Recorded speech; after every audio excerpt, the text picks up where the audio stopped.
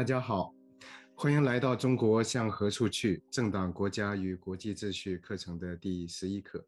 今天我们要讨论的是中国的人大制度与选举制度，包括民众对政治的参与，中国政府如何对选举进行操控，以及我们目前的人大制度它是否有一定的代表性和回应性。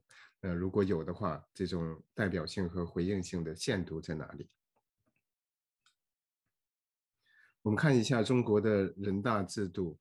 那么，按照宪法和其他的法律规定，全国人大它是全国人民代表大会，简称全国人大，它享有最高的权利。当然，这只是在理论上，全国人大它有最高的权利。那么，中国并不实行西方式的三权分立制度，虽然它有立法、行政、司法机构的划分，但是呢，人大它比行政权，也就是国务院享有的权利，以及司法权，最高人民法院、最高人民检察院，它的权利要更高。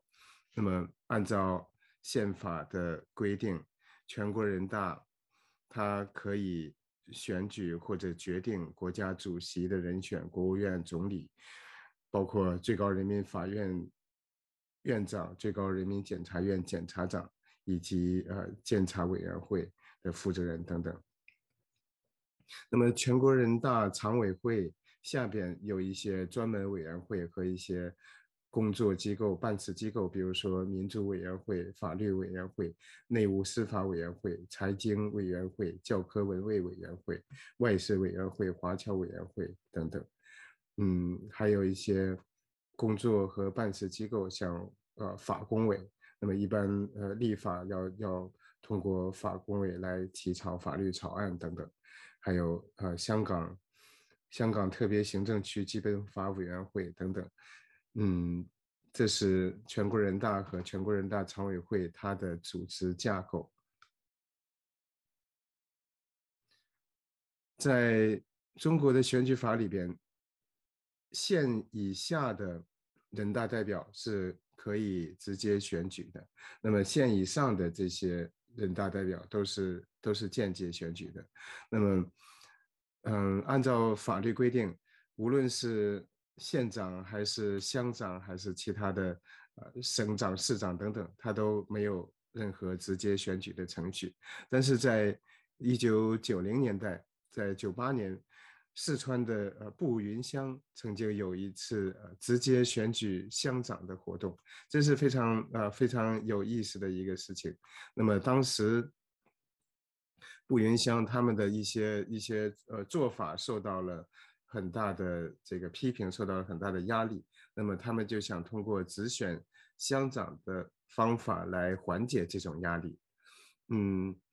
那么这种选举当然是没有宪法依据的，但是这是从形式上来看是一种民主的尝试。那么这个当选的人叫谭小秋，他得了超过1半的选票。那么因为他2次选举获胜，担任了6年的乡长，而那些落选的他的同事们都在这6年当中早就获得了升迁，所以这个谭小秋他是这一次直接直选乡长活动的一个受害者。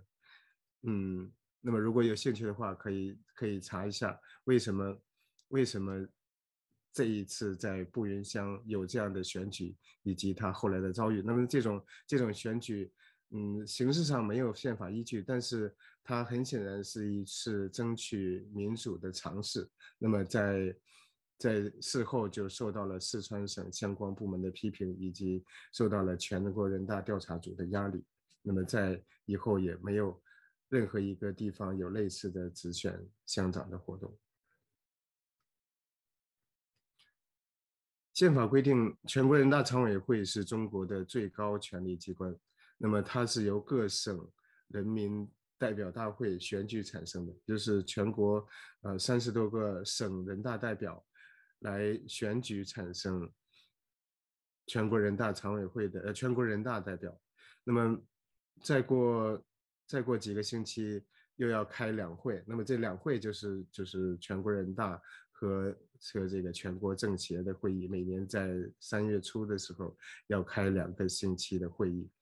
那么全国人大代表5年一任，他们并不是全职的工作。人大代表的数目有的时候1000多，有的时候超过3000，目前有接近3000个人大代表。那么这3000多个有接近3000多个人大代表当中，其中83%以上都是党和政府的各级官员。那么这种行为我管它叫政治乱伦，因为按照中国法律的规定，按照中国的官方理论，这个人大它是要监督政府的行为，但是它的里边的大多数代表其实都是政府的官员，党政的官员，那么自己监督自己，这也是非常荒唐可笑的行为。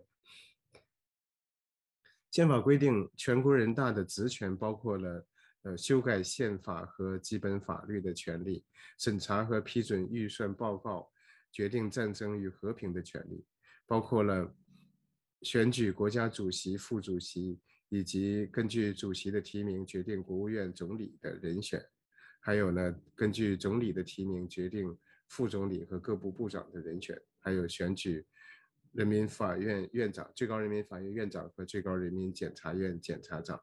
这些都是非常重要的权利啊，包括对宪法实施的监督，以及监督国家行政机关、监察机关、审判机关和检察机关的运行。我们看到党派的划分，当然中国是一个严格的一党制的国家，但是在中国又有8个民主党派，那这些我们管他们叫花瓶党了，完全是受到共产党的控制的这些党派，九三学社呀、民主促进会、中国民盟等等。那么他们在全国人大代表里边也有一些席位，但是很显然，共产党它是起到绝对的主导作用、垄断性的作用。全国人大常委会它由全国人大代表选出，它是一个常设的机关，也是5年一任。那么这些全国人大常委会它是全职的工作，它的权利包括了解释宪法和法律，包括制定法律，制定了除了只有全国人大才能制定的那些法律之外的其他基本法律。包括了任免国家监察委的委员，还有最高人民法院副院长、最高人民检察院检察长等等，还有特赦和决定紧急状态的权利。那么全国人大常委会的175人，他的分布，这个一样了，就是也有8个民主党派的成员，但是他们很显然是完全被共产党控制。所以虽然在理论上，虽然在宪法的条文规定上，全国人大它享有最高的国家权力，但是在中国这样一个 party state 党国体制下，只有共产党它才享有绝对的不受约束的权利。我们在第1节课里边曾经有这样一张图，就是讲中国共产党它如何通过自己的机构和国家机构这样的重叠、这样的划分来行使它的绝对的权利，所以这是一种非常严格的，也是非常典型的一种党国体制。那么在这样一个党国体制下，全国人大的权力，不但不是最高的，有的时候它比国务院的权力还要低。基本上，全国在中央的这个层次上，以及各地方的层次上，那么一个机构它的权力大小是由这个机构的负责人在党内的排名决定的。那么，如果国务院的总理他在党内，比如说中国共产党政治局常委里边，他排名第2的话，那当然就是国务院的权力要比全国人大的权力要大。那么排名第1的当然是中共中央的总书记。在有一段时间，李鹏他是全国人大的委员长，全国人大常委会的委员长。那么在那个时候，李鹏的权力比国务院的权力要大一些，所以感觉全国人大在那段时间他的权力有点高于国务院。那基本上就党内排名决定了这个机构，无论是党的机构还是国家的机构，它的权力的大小。除了全国人大，还有全国政协。那么在下个月初将要召开的两会，也就是全国人大和全国政协。那么全国政协，它的权力在中国的整个的体系当中是非常小的。虽然形式上它的权力很大，它的这个政协的负责人在党内的这个，他也是政治局的常委，但是他实际上拥有的权力是非常有限的。它包括了共产党和各党派、民主党派的人士以及无党派人士，包括了人民团体，比如说共青团、总工会、全国妇联、全国工商联、全国台联、侨联等等，还有各少数民族和各界的代表以及特邀的人士，这2000多个全国政协。那么全国政协的常委会有324人。在中国的选举法当中，曾经有过1/8、1/5和1/4条款。比如说53年的选举法，它规定是全国人大代表的选举，各省按每80万人选代表1人，直辖市和人口50万以上的省辖市每10万人选代表1人。基本上也就是说，城市和农村各省它的这个代表的权利是不一样，它的这个代表性是不一样的。那么简单来说，就是农民和城镇人口他们的这个选举权的权重是不一样的。那么就1979年修订选举法，就直接就说的是农村与城乡每一个代表所代表的人口比例是全国8:1，省区5:1，州县4:1。也就是说，农民他的选举权，他选票的这个权重只有城镇人口的1/8，那么在这个县一级是1/4，在省一级是1/5。那么中国官方经常批评美国的3/5条款等等，说对黑人、对印第安人进行歧视。但是中国农民的选举权，即使是那种假的选票、假的选举权，农民也只享有1/8到1/4。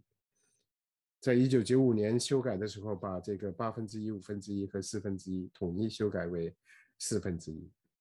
那么一直到2009年才废除1/4条款。很多人现在都不太清楚曾经有这样的就是选举法在中国。那么共产党对所有各个层次的选举都是进行完全的控制和一些操控。那么获得共产党认可的候选人，即使没有参加任何的竞选活动，也能够轻易的当选。有一次记者问申纪兰，可能大家对中国政治了解的人知道这个人，他是全国唯一的从第1届全国人大一直到第11届全国人大都当选的代表。他的名言就是从来没有投过任何反对票，任何一次反对票。您这是任届最长的人大代表啊，然后您觉得什么样的人适合当人大代表？人大代表吧，就要代表人民利益，人民代表就要给人民办事，才能当人民代表。您觉得那个，您就是在平常有跟选民有这个交流吗？就是选举的时候有跟选民有交流吗？我没有，我们这是靠民主选举的。你交流就不合适，你不选你就不要去找人。什么呀？您的得票率是多少？我得票率，我们省里边都是这个高票，都是100%。您是代表吗？我是代表。那我请问您是怎么选？我也是，我是人民选上来的。那您得票率是多少呢？您得票率多少？能不能说一下？问一下，您是怎么样当选人民大代表的？那肯定是人民代表选的嘛。是如何选上来的呢？有没有经过竞选的程序？他有我微信。不是，你这个你通过大会秘书处去那个。那您得票率是多少？这不要。您的得票率是多少？对，好。没有，你通过大会那个。您的得票率您不知道吗？你通过大会那个什么，你别那个什么。这个您是怎么样当选的人大代表的？通过人民选出来的。是吗？你怎么跟选民沟通的呢？我和省长什么意思？啊？什么意思？你怎么跟选民沟通啊，兄长？我是一线，当时我是走访一线，然后和一线人民在一起。得票率多少？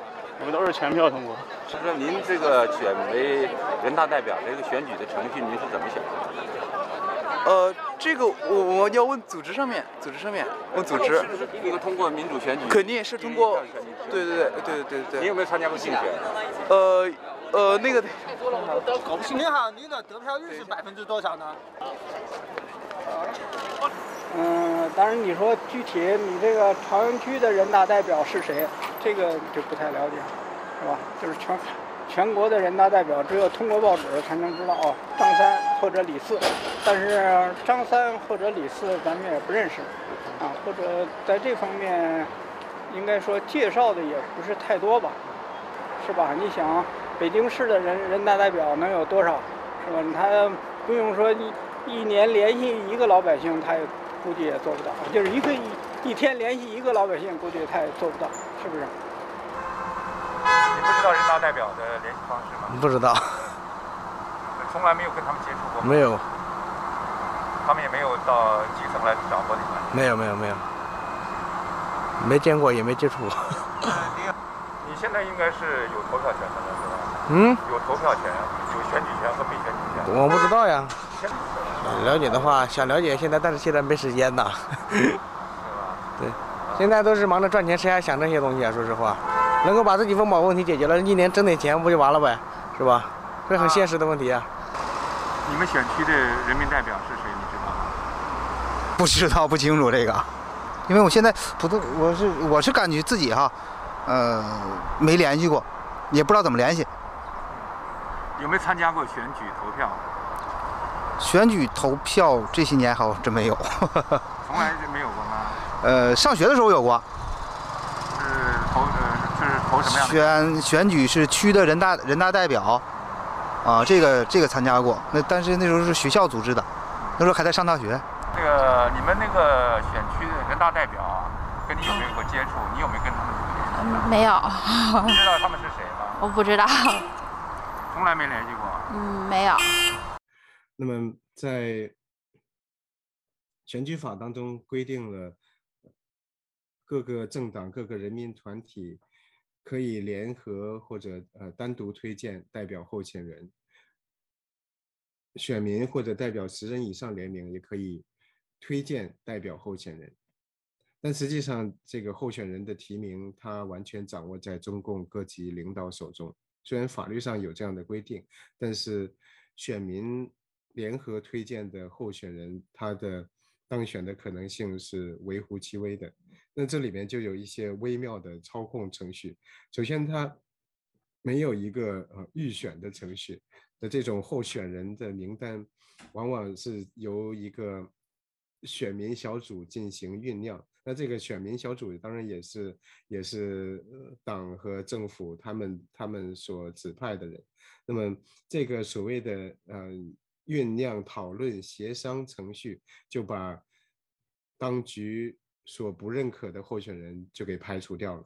那么就是这个很多事情、很多问题出在这个酝酿程序上，就是有的时候那些呼声很高的、那些排名很靠前的候选人，在这个酝酿程序当中被酝酿掉了。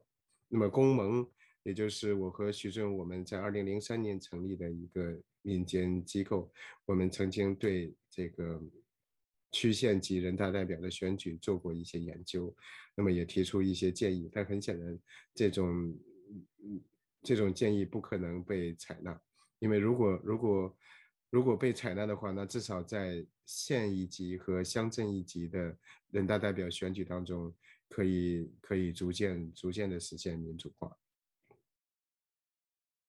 另外，中国的选举法当中也缺少这个司法救济条款，也就是说，违反了选举法，它在很多情况下都是没有任何的救济措施，没有任何的惩罚措施。我们看一下中国的反对党，中国是一个严格的一党制，它没有任何成体系的反对党，但是有一些非常非常勇敢的异议人士，一些民间人士，他们试图去组织反对党，比如说在1992年有中国自由民主党，那么这些主要的发起人后来都被判重刑，胡适根被判刑20年。他在这个709这一次大抓捕当中又被判刑7年。这是92年的中国自由民主党。1998年在全国各地有一些异议人士注册了他们试图去注册中国民主党。那么在随后中共就进行了大抓捕，全国至少有上百人被判刑。有人告诉我，在那一次的大抓捕和后来的判刑当中，总共的刑期加起来可能超过2000年。郭全在2008年曾经组织中国新民党，实际上就是他一个人的一个政党而已，结果后来还是被捕，被判刑10年。那么那些左派或者说毛派的人，他们也曾经有过努力，像薄熙来的支持者王征，他曾经成立中国制宪党，后来很快就遭到取缔。那么王征和其他的一些人还跑到民政局说他们并不是社会团体，所以不需要去经过注册和当局的批准。如果你让我们注册的话，那你共产党和其他的8个民主党派也没有注册，所以也是非法的组织。后来王征被判刑5年。我的一个朋友也是中国的一个维权人士，我们曾经一起推动中国的新公民运动。那么他总共被判刑好几次。那么这是1997年他被判刑3年，当时他就要参加陕西省汉中市南郑县的人大代表，但是因为这个非常奇妙的酝酿程序，就直接落选了。他揭发当地选举当中的违法行为，结果在选举日当天就被抓，后来被判刑3年。有一些民间的人士，他们试图以独立候选人的身份参选人大代表，那当然就是区县一级和这个乡镇一级的人大代表。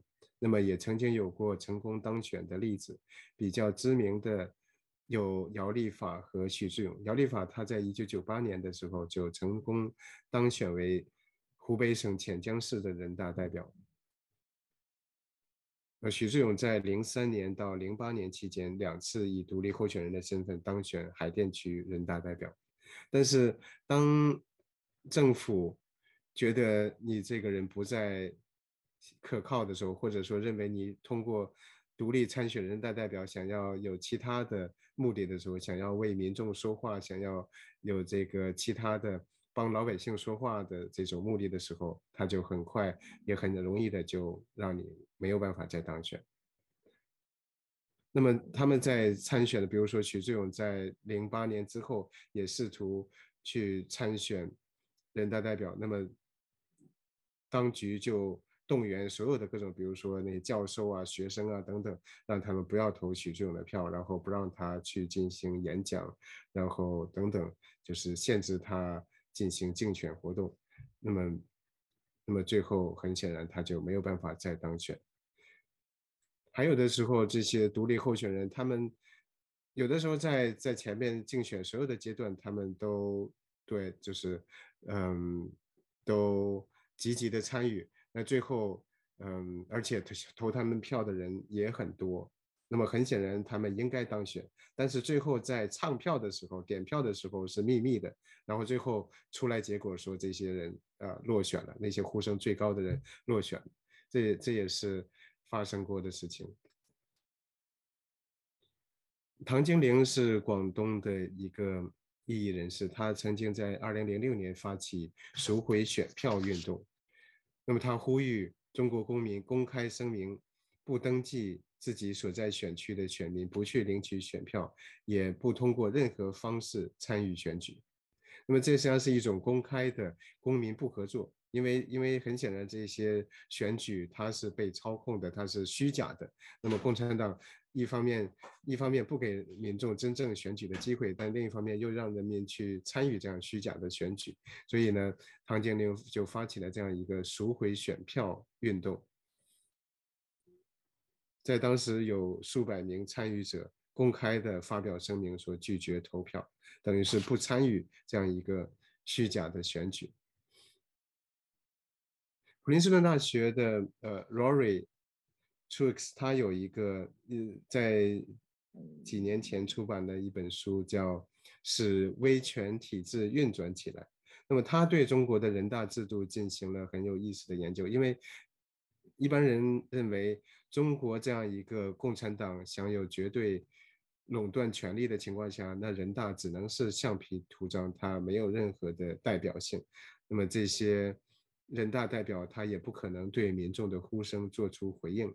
但是 Rory 他发现，首先呢，他就是分析了就是威权体制的人大代表，威权体制的比如说议会机构，那么它主要是为了吸纳和拉拢政治精英和反对派，那么防止他们对政权造成威胁。但是中国它没有真正意义上的反对派，所以它也没有必要去通过人大制度去拉拢这些政治反对派。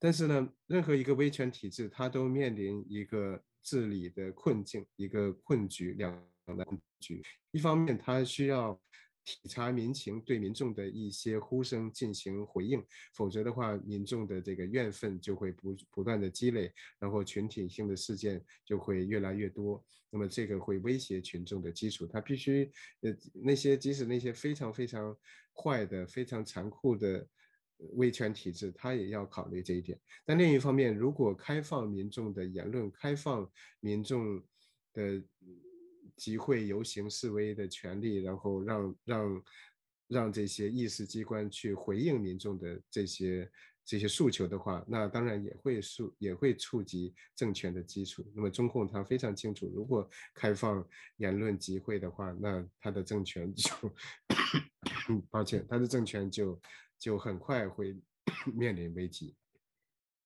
所以 Rory 他提出来的概念是 representation with bond， 就是有约束的代表性，就是中国人大代表他的代表性是有限度，或者说是有选择的，在不涉及到政治敏感议题的那些问题上，他可以为民请命，比如说一些环境的问题啊，一些民生的问题、经济的问题等等，他可以做出来这样为民请命的姿态。